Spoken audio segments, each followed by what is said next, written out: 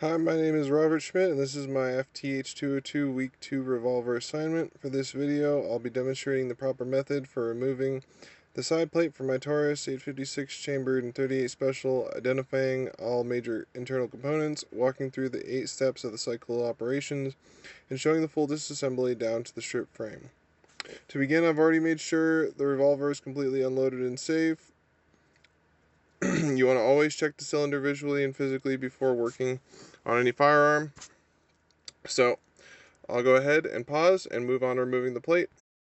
So to begin, always check the cylinder visually and physically before working on any firearm. So we can see here it's unloaded. Now I'll go ahead and remove the side plate by first taking out the first 3 screws. I've gone ahead and I've used my 1/8 punch and I've removed the set pin and the grip. So I got that right here. I'm putting it right here in my small parts tray. Okay. With the grip removed, I can go ahead and remove my side plate screws here. So I've got the proper size screwdrivers here. So I'm going to go ahead and do that. Pause the video for time's sake. Okay, now I've removed all 3 of the side plate screws, including the one under the cylinder here with the detent spring. So I'm going to go ahead and make sure that those stay together. Put that over here in my small parts tray.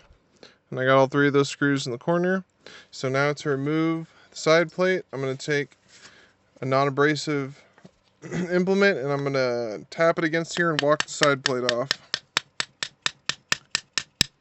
Alright, I'll pause. With the side plate removed, we can see the internal parts of the revolver. Let me go over the key components and explain their functions in the cycle of operations. So the hammer. This component stores the energy needed to strike the firing mechanism. When released, it strikes the transfer bar right here.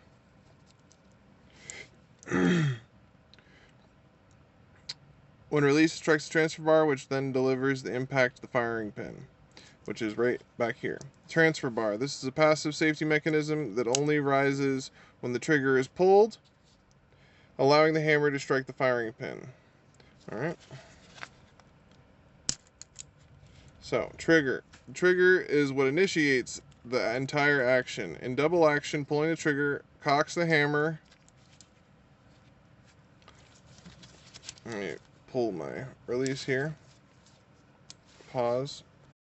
So the trigger is what initiates the entire action. In double action, pulling the trigger cocks the hammer, rotates the cylinder, and then releases the hammer. Hand, aka the pawl. The hand is the thin arm connected to the trigger. As the trigger moves, the hand pushes against the ratchet on the rear of the cylinder, rotating it to the next chamber. The cylinder. A 6-aught cylinder holds the ammunition. It's manually loaded and rotates with each trigger pull to align a fresh round with the barrel. Next is the cylinder stop, which is right here on the bottom. You can see. Cylinder stop or bolt. The small part interlocks the cylinder in place during firing. It rises into a notch in the cylinder to prevent any movement at the moment of ignition. Next is the sear, part of the hammer and the trigger mechanism right in here. Here's the sear. Sear, so it's part of the hammer and trigger mechanism that holds the hammer back in a cocked position until it's released by the trigger. Now I'll walk through the 8 steps of the cycles of operation and explain how these parts interact in each one. Feeding. In revolvers, feeding is manual. I load each chamber in the cylinder by hand with 38 special cartridges. Then chambering. I close the cylinder into the frame. One chamber now lines up with the barrel and is now ready to fire. Oh, well, it's because I took that screw out there. Locking. The cylinder stops or the bolt rises into a notch on the cylinder, keeping it aligned during the shot. Firing. As I pull the trigger, the hammer is cocked and released. It strikes the transfer bar, which then strikes the firing pin and ignites the primer. So I got this open. I can go ahead and take that out. Now we don't need to disassemble this assembly right here on the cylinder, so we'll just set that to the side. So firing. As I pull the trigger, the hammer is cocked and released. It strikes this transfer bar, which then strikes the hammer, firing pin, and ignites the primer. Unlocking. After the round is fired, the trigger resets, and the bolt temporarily drops out of engagement with the cylinder notch. Extracting. After all rounds are fired, I push the extractor rod right here to the to extract the spent casings from all 6 chambers. Ejecting. The ejector rod forces the spent casings out and clears the cylinder. 8. Cocking. As I pull the trigger again, the hand rotates and the cylinder to the next round, and the hammer is cocked for the next shot. Now I'll remove several internal components, leaving only the hammer, hand, transfer bar, trigger, and cylinder lock in place. These parts are the heart of the revolver. Action. The trigger drives the hammer and the hand rotates the cylinder lock holds it steady, the hammer drops it when released, and the transfer bar passes energy into the firing pin. So I'll pause and start removing those components.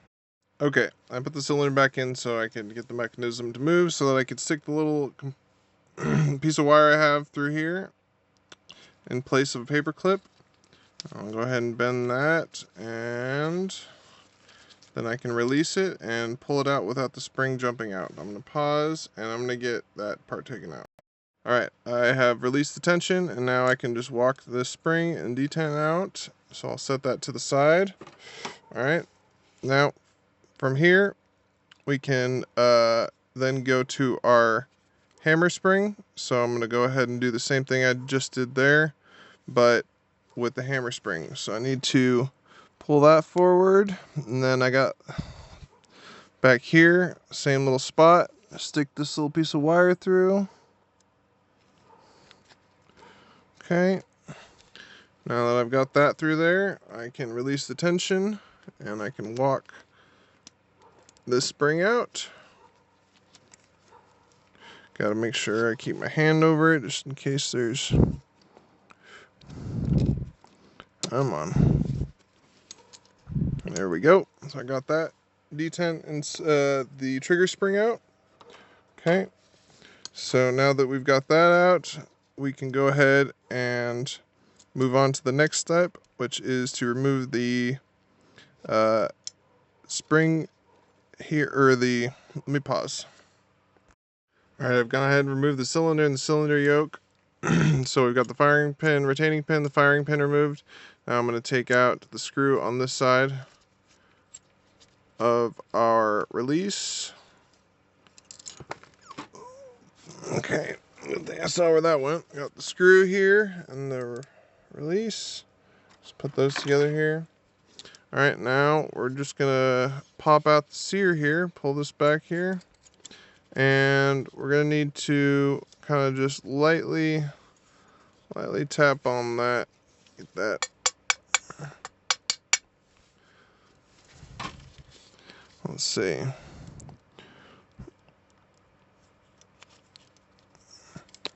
I'll pause and I'll get the hammer and the sear removed. So it was a little sticky, but I got the hammer out. So you can see the hammer and the sear right there. So I'll go ahead and set that in the small parts to the side. Next, I'm going to take out the hand. So I got the hand right here. Go ahead and pull that out. Don't want to force it. Make sure that everything is loose. Oh, yeah, I gotta remember about that spring. Luckily, alright, so I got the hand there. We got our little tension spring.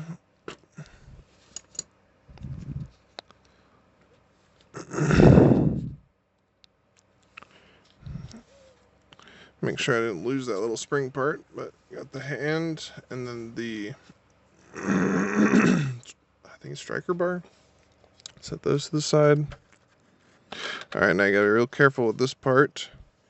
Make sure that this tension spring here doesn't go flying. Okay, I got that pulled out. Okay.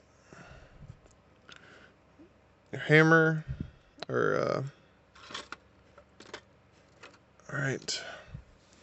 Okay, so from here we can remove the trigger. Just got the trigger pulled off. And then from here, we're going to take out the cylinder lock. So I'm grabbing my pliers and be real careful not to force this part. Just kind of move it out of there.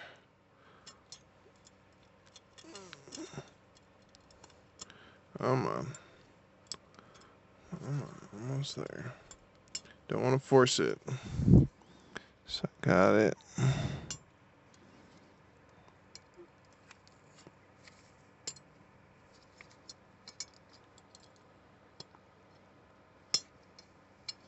Got a little hook right here.